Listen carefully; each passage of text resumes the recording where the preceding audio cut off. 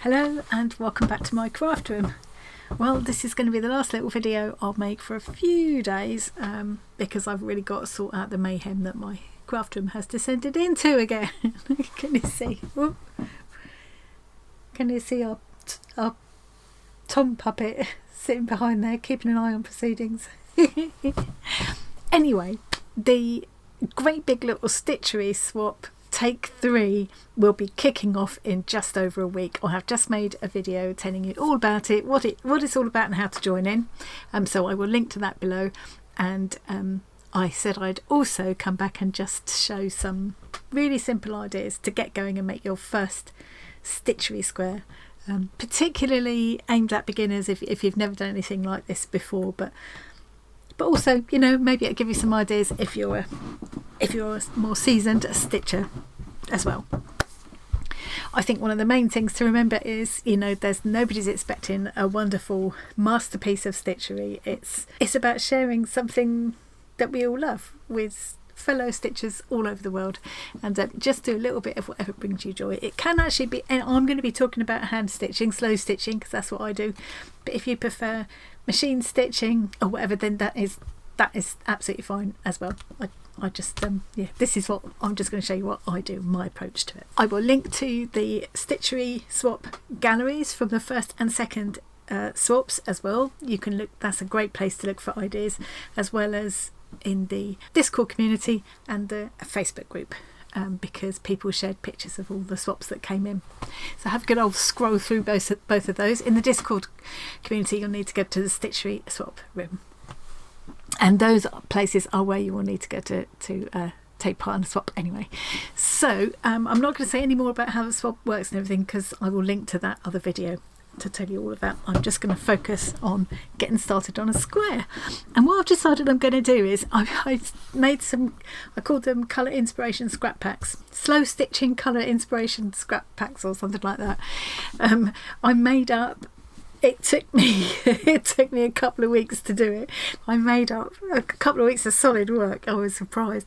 I made up about 70 of them, and they went pretty much overnight. Within 2 days they were all gone, except I saved one last one, this red pack.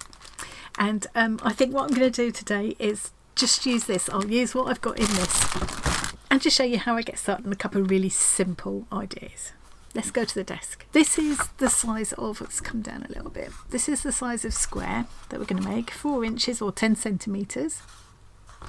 And so that's the line I've drawn there, and that's where, you know, your work will be. But you need to also just leave a little turning space, because some people like to put all of their swap squares that they receive, they like to stitch them together into a quilt, or they like to mount them, in which case they'll want to turn the edges under. So just leave that. You don't need to finish that edge unless you really want to, and you don't need to worry about what's on the back unless you really want to.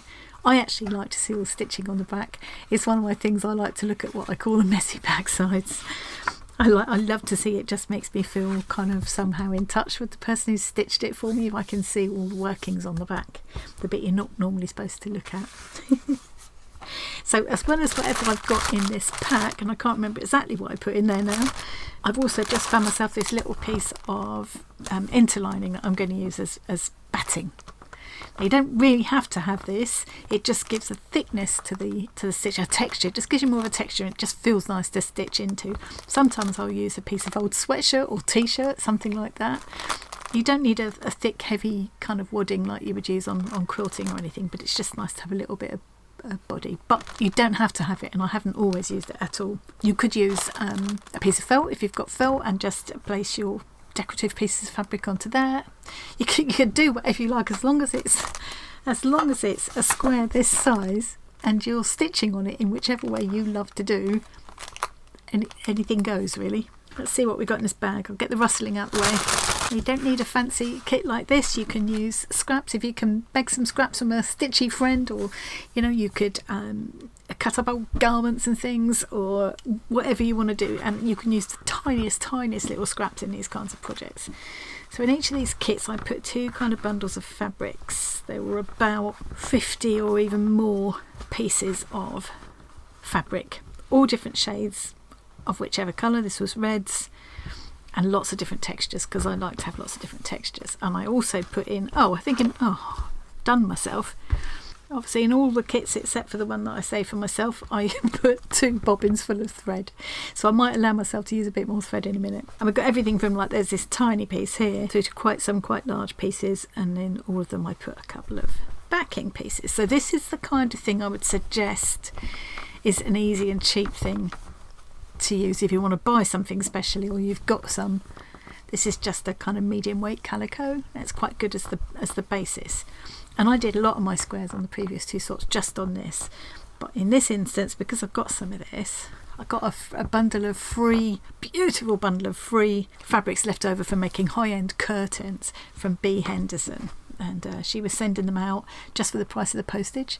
If you want to get hold of some of them, if you go to the Makers Market in our Discord community, there should be some in there. If she's run out at the moment, there will be more again soon. She said it would be a never-ending supply, because it's what she does for a living. So I'm going to, I think, work on this as my base piece and then apply other pieces to it.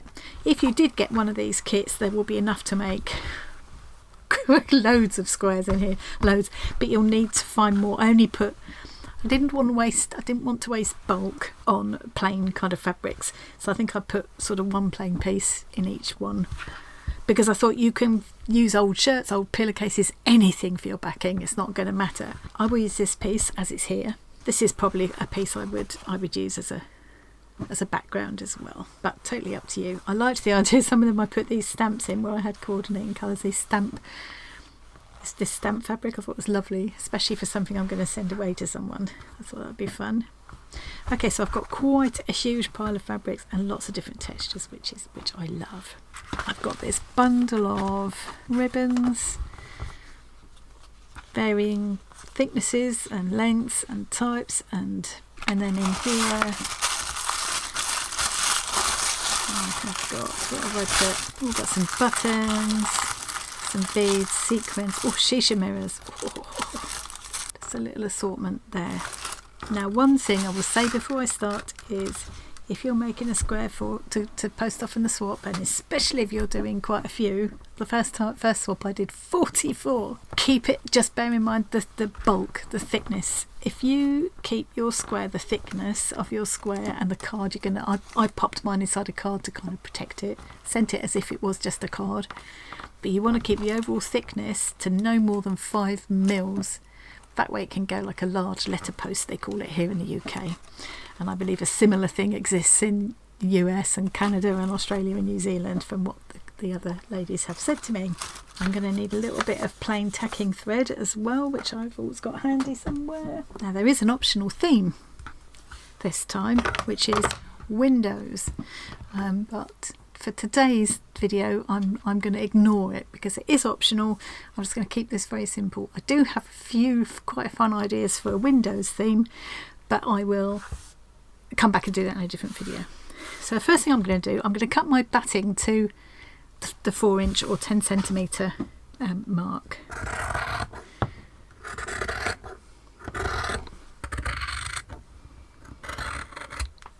If you get off cuts like this, I would say hang on to them, unless you're like me, you've got loads and loads of stuff and you're trying to cut down. If you imagine, you can use little snips like this, either as it is and just add lots of stitching on it, or wrap it in a thinner fabric or even a piece of ribbon to add another kind of layer of dimension later on down the line. I'm going to keep this to one side so I can show you what I mean in a minute. I'm trying to keep it reasonably simple, but I can't help but come up with ideas as I go along. And making these little squares of loveliness for someone is just such a fun way to explore. I don't want anyone to be nervous if you're just a beginner, because like I said just now, nobody's expecting perfection. This isn't serious embroidery, this is slow stitching. And don't rush it either. Once you see other people's swaps starting to arrive, you see them being posted, pictures being posted in the Facebook group, don't panic and think, oh my god, I haven't done one yet. You have 3 months. You have until the 30th of June, and that is to send your swaps out. You haven't got to make sure they arrive with the swapster by then. You just need to have made sure you've put them in the post by then. That's my piece of batting, wadding, whatever extra thickness if you want to use it. It's really not essential. And then I'm going to cut my square of background fabric just a little bit bigger to allow that turning. So it's a bit more than a centimetre, isn't it? It's maybe half an inch to be on the safe side, 1.5 centimetres. I'll err on the side of generous. And I could just run a tacking stitch all around here just to attach those two together. So I think I will just do that quickly. I tend to favour these chenille needles. I like these ones. I found these ones with the different coloured heads for the different size eyes. But I like chenille needles because they're fairly short, nimble little needles with a sharp point but a large eye. So they look almost like a tapestry needle because they've got that large eye, but they've got a sharp point. And I use these for nearly all my slow stitching projects. Bearing in mind I'm aiming at this at beginners, this is an easy way to tie a knot in the end of your thread. Just hold it alongside the needle like that, wrap it round a couple of times, 3 times even. The more I wrap it around, the bigger a knot I get. Hold it there and pull the needle through, and that just ties a neat little knot. Quilter's knot, I think they call it. Okay, I'm going to quickly just run a line of stitching around here to hold this together, and I tend to not take any kind of tacking stitches out. I tend to favour, I like the look of them. I do keep them reasonably neat like that, but they're not small, you know, you can see them. But to be honest, I'm not quite sure where I'm going with the rest of this square, but if these stitches end up showing, I'm fine with that. There are a few other YouTubers who are in our Facebook group and Discord community who are also slow stitchers and have a lot of inspiring videos. If you're looking for more ideas, I will link to some of them below. One of the great things about this swap has been, as well as connecting with slow stitching friends all over the world, it has helped to, I think, introduce a lot of new people to this wonderful, relaxing, rewarding hobby of ours. I was very excited when my friend Lindsay in the States told me that she has decided to give it a go this time. She's never done slow stitching before, so we're very, very excited to have set her off on a whole new adventure. That's my square all ready to start decorating. It's as simple as that. As I say, you do not need to have this padding on the back. It feels nicer to work with, to be honest, and I like the sort of added texture it gives when you start stitching into it, but you really don't need it. So now I'm going to just add little pieces of these scraps of fabrics, and as I say, you can use really quite small scraps. For me, I like a lot of different texture, but you don't have to do that. You could just use all little cotton prints or whatever you have. I just tend to favour using different textures because that's just me. And these will all be, I'll be using shades of red because I'm using this. Normally I would tend to use kind of a complementary colour scheme, or I'd have a pop of another colour, but we'll see. I can always go and grab something else if I want to. And there are different ways I could lay this out, because the most straightforward thing is just to create a little patchwork, a little random crazy patchwork of pieces. And I wouldn't use these whole, I will use tiny bits. The day is so dark, it looks almost black on camera. So I think I probably won't use it actually because of that, but it's actually a deep kind of rich plum colour. Does that look more red? Beautiful, beautiful texture of this velvet. I'm just going to use a tiny piece of this precious velvet. It might even be cut down more than that. I might even keep it as a centerpiece in a minute. I'll see how I go. Now, as well as fabrics of different textures, you can also bring ribbons in here. So if you've got tiny snippets of ribbon left that you've been hoarding, this is a great way to use them. I like the idea of putting some little soldiers there. I might have some little marching soldiers. Okay, here's another interesting texture. So a little piece of that. I think I probably will overlap you can see where my batting is. I will overlap that, but I won't bother to do any kind of fancy stitching over that point. You just need to bear in mind that if someone is going to end up stitching the square you send them into a quilt, they need to stitch it together with other squares, so you want a little bit of overlap, but you don't need to worry about stitching around that bit. It's a little bit of silk. Let's have some of this. I love this. This is actually a piece of bias binding, but I could just use a little snip of that as well. I like the contrast between a fine silk like this and a sort of more coarsely woven fabric like this one. I think that's really nice.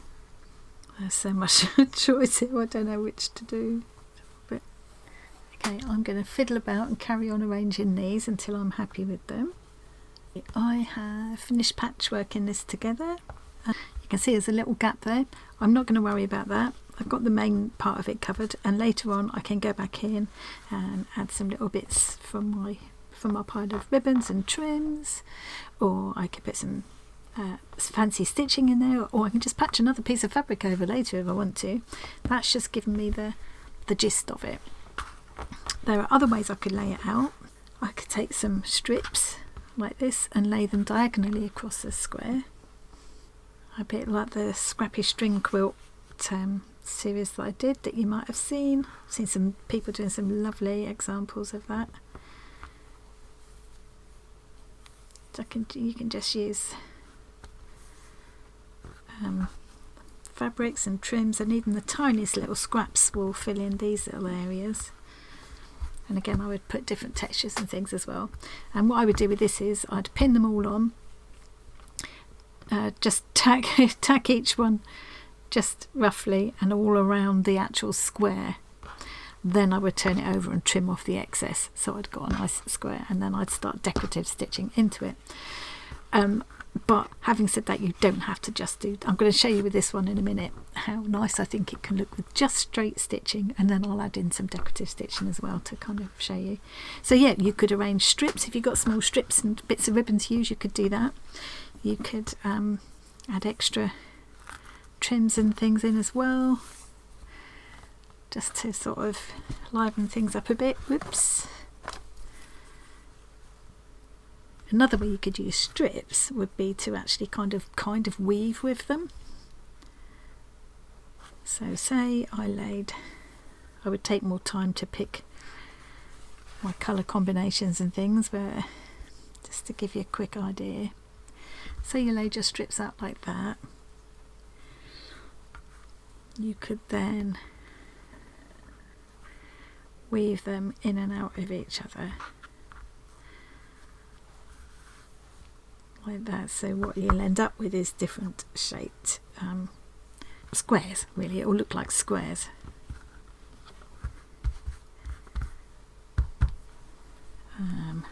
Again, could use ribbons as well, so I could put a piece of this over, under, over. You know the drill.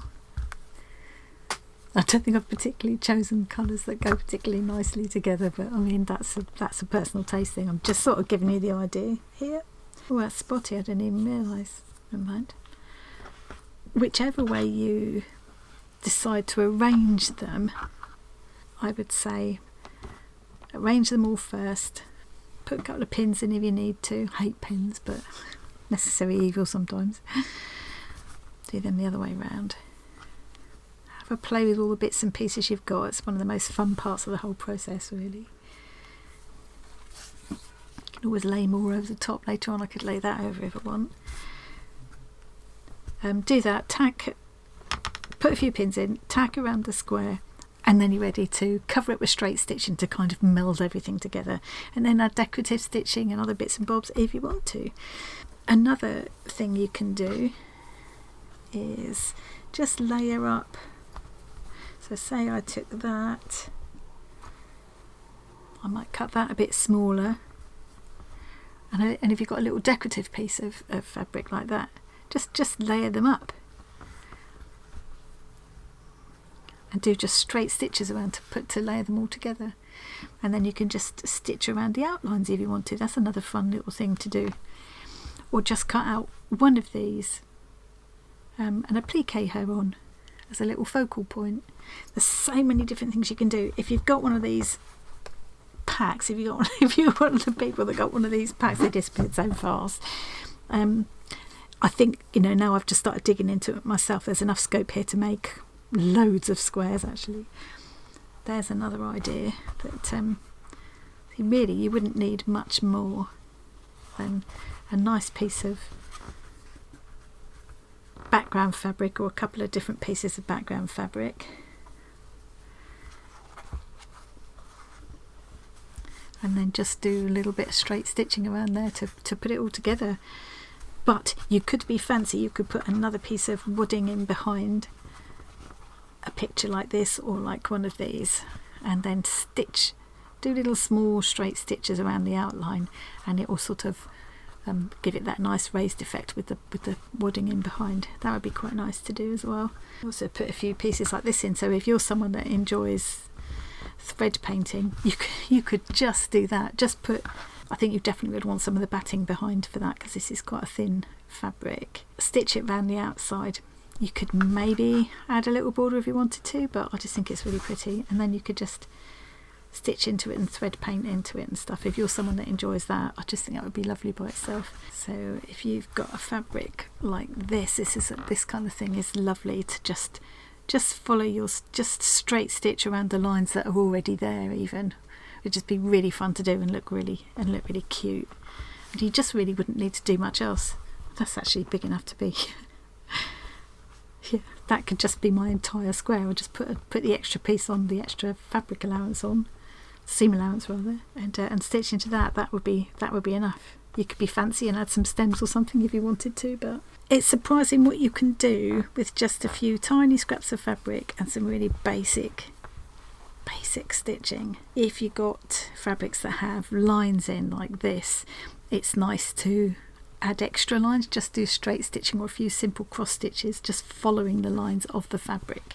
That's always quite fun as well. So that's another one I'd probably stitch along where the lines are. That's another one, yeah, same thing. A thread painting opportunity there. And there again, just do some stitching in the matching colours, or not the whole thing, maybe just pick out the red flowers or just pick out the yellow flower. They play with the pattern that's already there printed on the fabric. It's always fun to do. Those are just some ideas for the kind of things you might want to do. For today, to keep it simple, I'm just going to do this basic kind of random patchwork effect and the diagonal stripe one, just to give you a nice simple idea to get you started. And you probably, once you start playing, you'll be surprised what you come up with. Okay, I'm going to get to the next stage and then I'll come back. Right, I've finished just stitching these on with just straight stitches. You can see better on the back. You can see how not perfect they are. Embrace the wonk. I did that using this variegated thread. I think that just helps to kind of start pulling the whole thing together really. And now I just want to add some little extra stitches here and there where I've got gaps. I might also add some little extra trims and things where the gaps are. I might add some sequins or buttons, but honestly you could just leave it there. You could just say that's it. I've chosen some fabrics that I love the look of together, and I've added a lot of lovely texture by doing the straight stitch, and because I've got that wooding there, it's sort of added to that textural feel.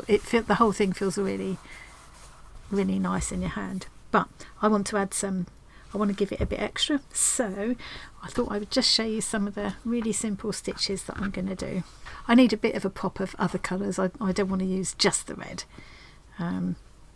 So what I've done is looked at the other colours that are in the fabrics that are on here, and you can see there's quite a lot of this very pale kind of minty green in there and in this print as well. There's also little flashes of the kind of golden yellow there and there actually, which I might pull some of that in too, and also obviously the lighter colour, the sort of off-white colour, and the pinks. So I have pulled out some other embroidery threads to go along with what I had in that little pack. So being as I'm aiming this at beginners, I would say don't make your thread longer than that, because otherwise you'll get in a tangle. And then this is, I'm using embroidery floss, which you'll see has 6 strands, and normally for most purposes with slow stitching you're going to use 2 strands at the same time. I tend to take off the 2 strands, hold one end in my teeth and pull them apart like that, but strictly speaking that's not the way to do it really. I'm told that what you should do is take 1 strand at a time, and if you just take 1 strand at a time you can sort of hold it sort of reasonably firmly but not too tightly here, and just pull and it will just come away. So you do that twice and then put them together to get your 2 strands. Sometimes if you want finer detail you can just use 1 strand. Also you can use any number of strands, you can use all 6, and you can see how nice and chunky that could look. I just thought I'd show you a few different little very basic stitches that I tend to use all the time, ones that are really handy for going around shapes like this or going between patches. So for the blanket stitch I'm going, and it's going to be around the edge of this piece here, so I'm going to come up with my needle at the edge there, and you can do a blanket stitch in either direction actually, left to right or right to left, and upwards or downwards. I'm doing it downwards because it's easy for the camera, so yeah, whatever works for you at the time. So I'm holding that out the way, and now I'm going back in again, a little bit in from the edge, and you can vary this. You can make really long legs to these stitches, or really short legs, or alternate them, or all sorts of things, but I'm just going to go for a nice little ordinary fairly uniform blanket stitch.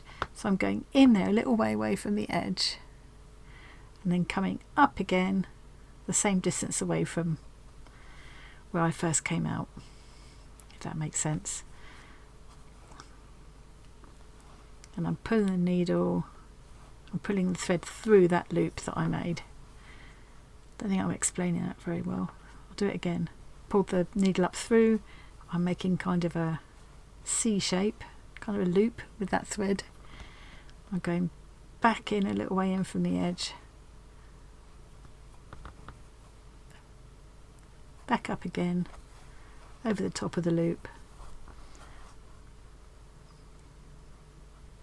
and putting it tight. It's really hard to explain verbally, but hopefully you can see what I'm doing. There's all kinds of variations on a blanket stitch, and Create and Craft with Christine in her Dictionary of Stitches series, she'll be one of the YouTubers that I'll link in the description box. She shows all sorts of different interesting variations on this blanket stitch.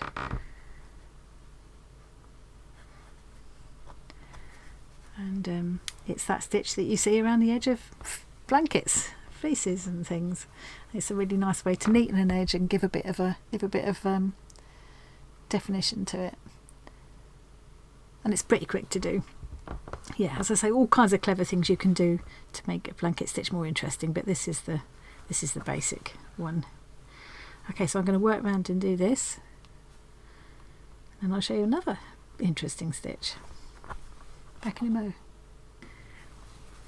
There we go. So I've finished doing the blanket stitch around the edge. I haven't worried about the outside because that's the kind of edge of my square anyway.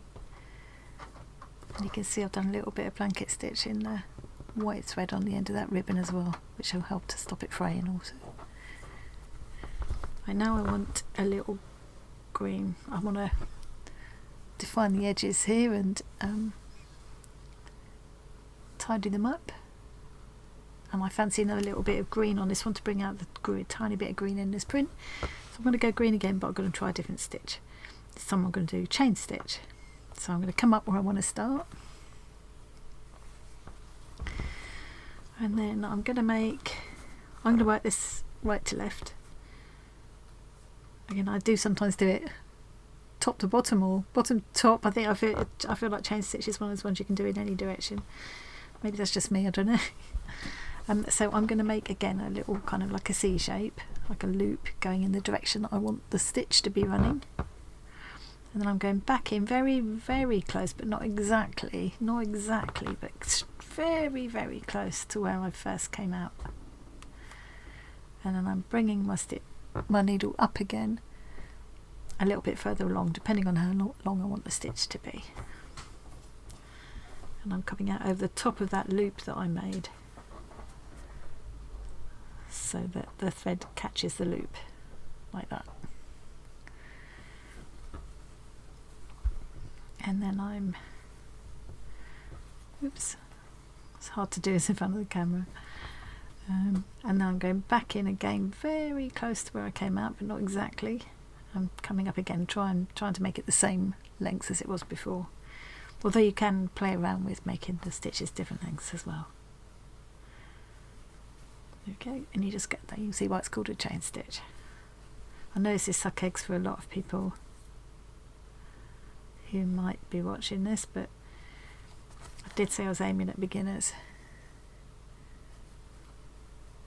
There are definitely better embroiderers who will do better tutorials for stitches than me. I would very much advocate, if you want to learn some new stitches, check out Christine's Dictionary of Stitches series. It was brilliant. Another couple of good ones for learning stitches is a Feather Stitch House and Sarah Humphrey Embroidery. Actually, Sarah Humphrey has 2 channels now, so she's doing one which is more of a craft channel, not a serious embroidery channel, and she does a lot of slow stitching and that, so that's well worth a watch as well.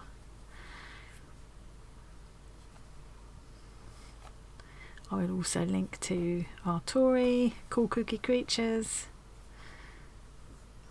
and there's Sally of Dotty B Vintage.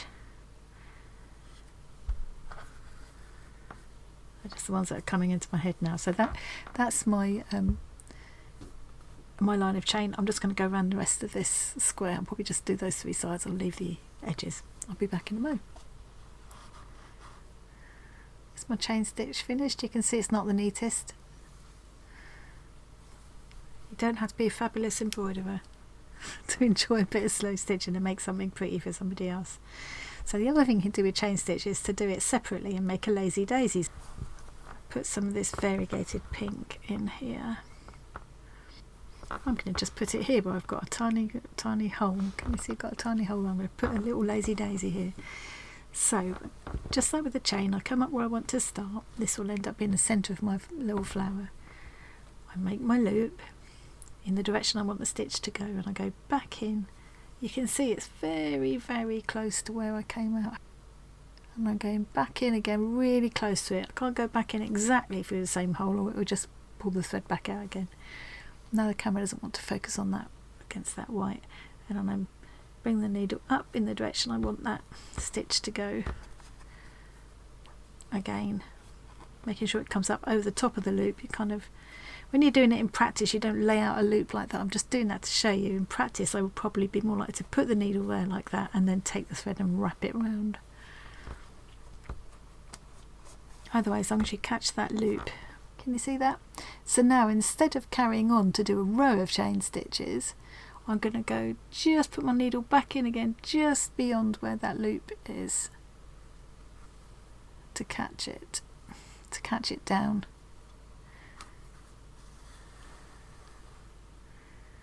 Like that. So I've got a little freestanding chain that's made a little petal shape. Now I'm going to come up near the middle again, make my next petal. Turn my work around a little bit. My little loop off in the direction I want the stitch to go. Put the needle back in close to where I came out and bring it back up again about the same length as that first petal, with this loop of thread going around the needle again.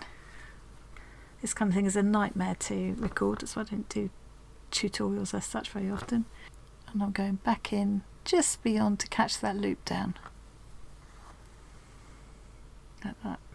I usually like to do odd numbers, so I'll probably just do 5. If it looks a bit scanty, I'll do another 1 or 2. We'll see.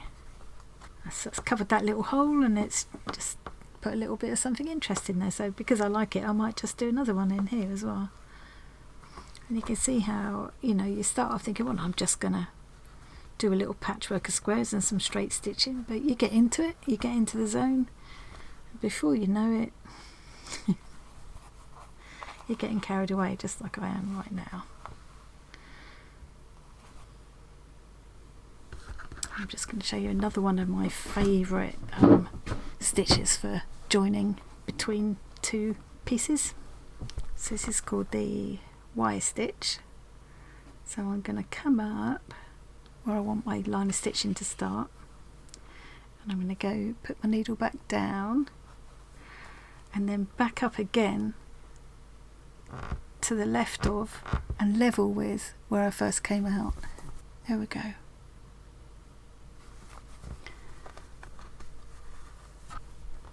And now I'm holding this kind of in the direction I'm going to be working. I'll be working downwards. I'm going to put my needle back in again, level with that where I first came out, back in again. I'm going to come up at the bottom of that straight stitch that I did first, and over the top of this. So a bit like the chain stitch, it kind of catches that loop. And now I'm going to go down again, following along that line, and come up level with where I've just came out.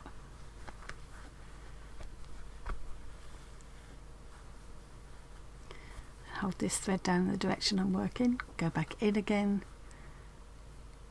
level with where I first came out. And you can vary the length and width of these stitches as well. I'm just doing the sort of the basic kind. You can also make them separately like you can with the chains to make separate little freestanding Ys. So now I'm coming up again, making sure I come out over the top of this loop. Pull it through so it just catches down again. It's easier to show you than try and verbalise what I'm doing. Okay, I'm going to do one more. So this is one of my favourite stitches for joining two pieces, and just neatening up the edge between them, you know, and adding a bit of detail and definition to the shapes. It's also really nice for creating little foliage. You can put French knots on the end, or little detached chain stitches to make leaves. Put flowers at the top like there. And just do them off in all different directions and create little clusters of foliage and things if you want to go that far. So I'm going to carry on and finish that. I've got some white thread this time. It's kind of a soft white. And I'm just going to do a little bit of thread weaving this time, because that's another thing that's quite fun to do if you've not tried it before. So I'm going to, first of all, bit like I did here, just do kind of an overstitch between these two pieces to sort of fill in this gap.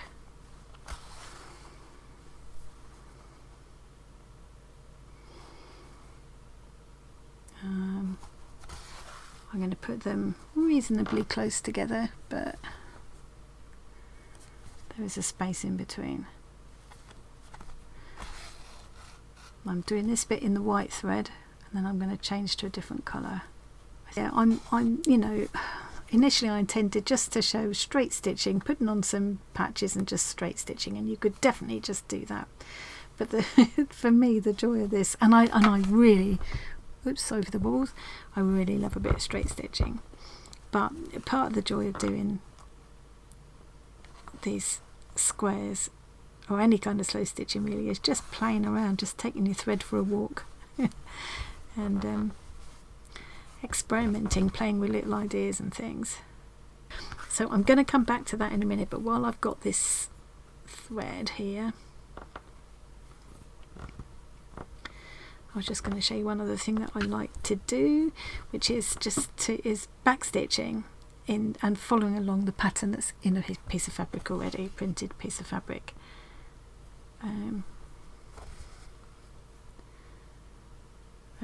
This is a tricky shape. I kind of feel like everybody's already going to know back stitching, but let's show you just in case.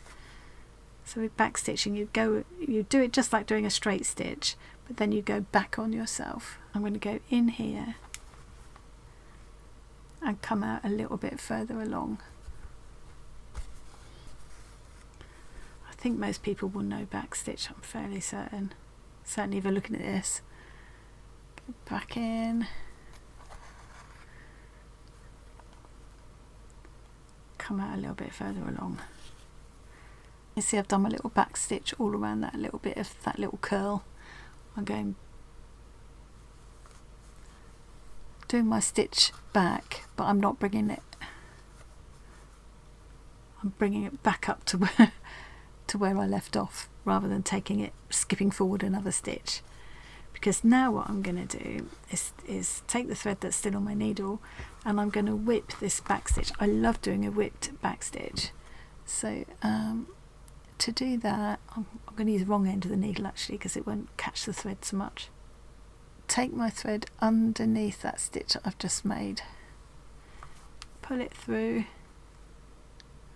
like that, and take it back to the other side, back in the next stitch.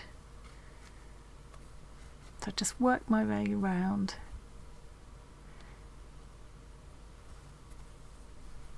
Basically what I'm doing is wrapping the thread around the stitches that I've already made. And it just gives the line, it just sharpens up the line, gives it a bit more 3D look. It kind of rounds out the curves quite nicely as well.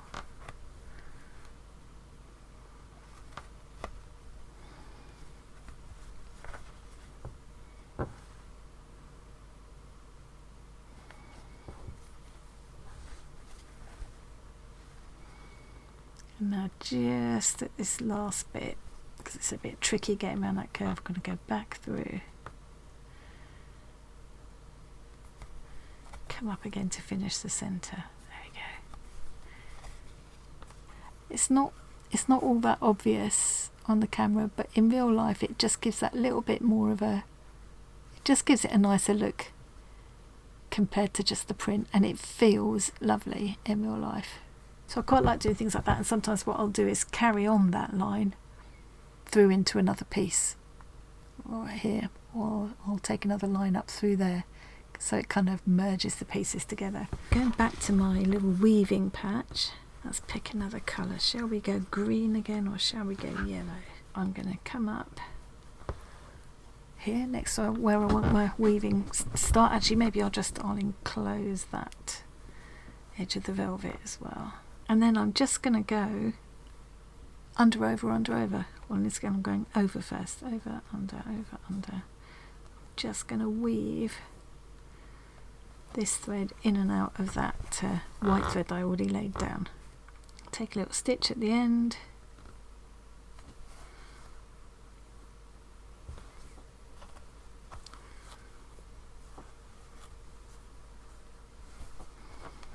And then go the opposite way, so I went under that time, I go over this time.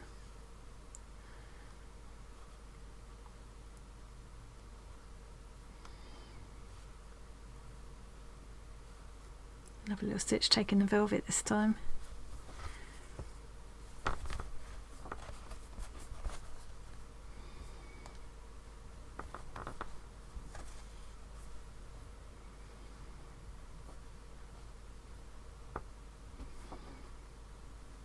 I feel like I want to do another one up here.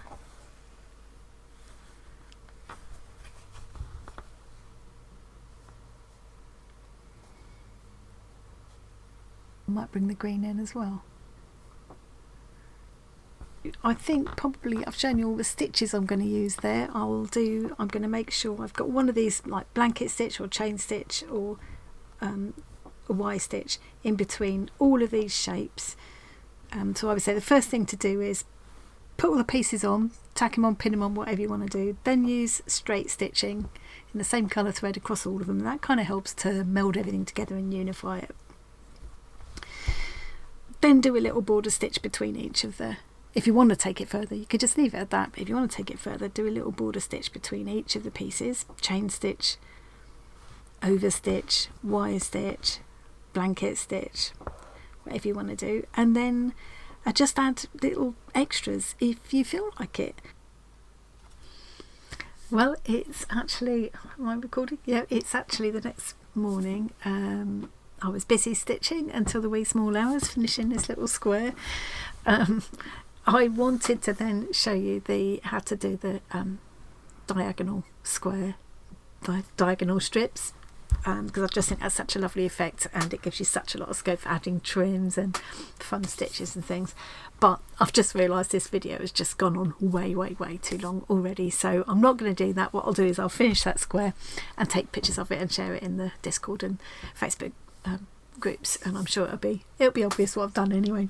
But let's just quickly show you how the one I started yesterday went. There we go. Now it's really frustrating that my camera does weird things with the red. It's coming out looking much more of a fire engine red there than it really is, and this is actually much more subtle. I'm really pleased with how this square turned out actually, and hopefully I can take a slightly better photo of it than it looks here. I just cannot get the colour to come true, and you can't see the lovely texture in this piece here really. But yeah, I'm quite happy with it. It's a more limited colour palette than I would usually use, and I don't usually work with red, so it's been quite fun to do that actually. I've really enjoyed it. I have got all of my pieces, more than enough pieces were laid out ready to do the diagonal strips version, and I'm quite looking for, that would be a nice cosy thing to sit and do this evening. I've got way more than I've got enough for at least a couple of squares there. I would say anybody that did get those packs off me has got more than enough to do all the squares for their swap, except for background pieces, like I said before. That'll give me a nice thumbnail. Thanks for joining me today. I hope you found that useful. It really was very much kind of aimed at beginners, to be honest, because I wanted to make this whole project really inclusive for stitchers at all stages of their slow stitching journey, or you know, as I say, it doesn't have to be hand stitching, but that seems to be most of us, that's what we're doing. Some people have been doing a combination, and that's quite fun as well.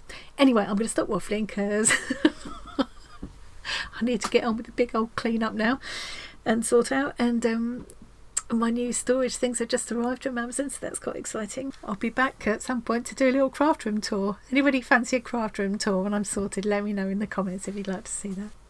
Have a lovely weekend wherever you are. Anyone who's going to the Stitch Festival in Islington this weekend, the 23rd of March, I'm going to be there. So if you are, I won't know all your faces. If you are and you happen to be there, give me a wave, say hello. Oh, out of all the people in our community, I can't be the only one going. Okay, right, I'm really going now. See you again soon. Bye. New Year's resolution. Stop waffling.